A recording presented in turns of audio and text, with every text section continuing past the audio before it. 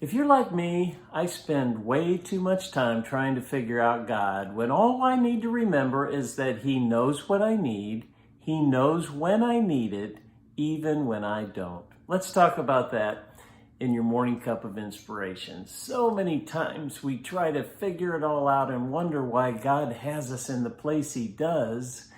And we're going, God, what are you trying to do today? And we only need to realize that He has the best plan for us. I was reading in Exodus, 13th chapter, children of Israel, they just left Egypt, and God was leading them out, and they're beginning their wander through the wilderness. And we go, God, why would you take them through the wilderness all over the place? And listen to what it says in the 17th and the 18th verse.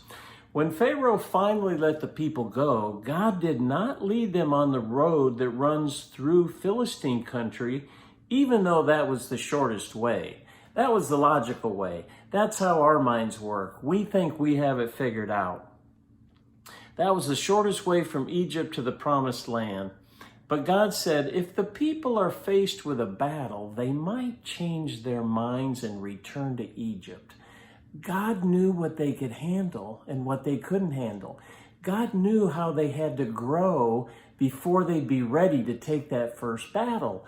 He knew what was best for them. He knew they needed to go another way, not the shortest way, not the way we would think.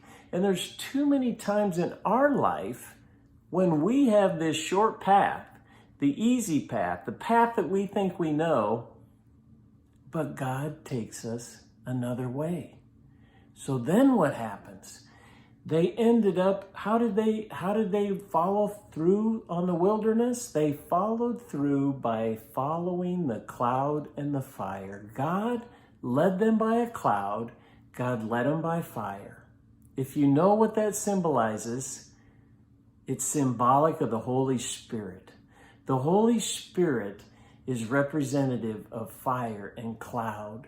So today, if we will let that fire, if we will let that cloud, if we will let the Holy Spirit lead us every step of our path, just like the Israelites did with that actual cloud and actual fire, then we can trust God no matter what circumstance we're in. We may be backed up against the Red Sea with the enemy coming at us, but here's what God promises us. Moses says, don't be afraid.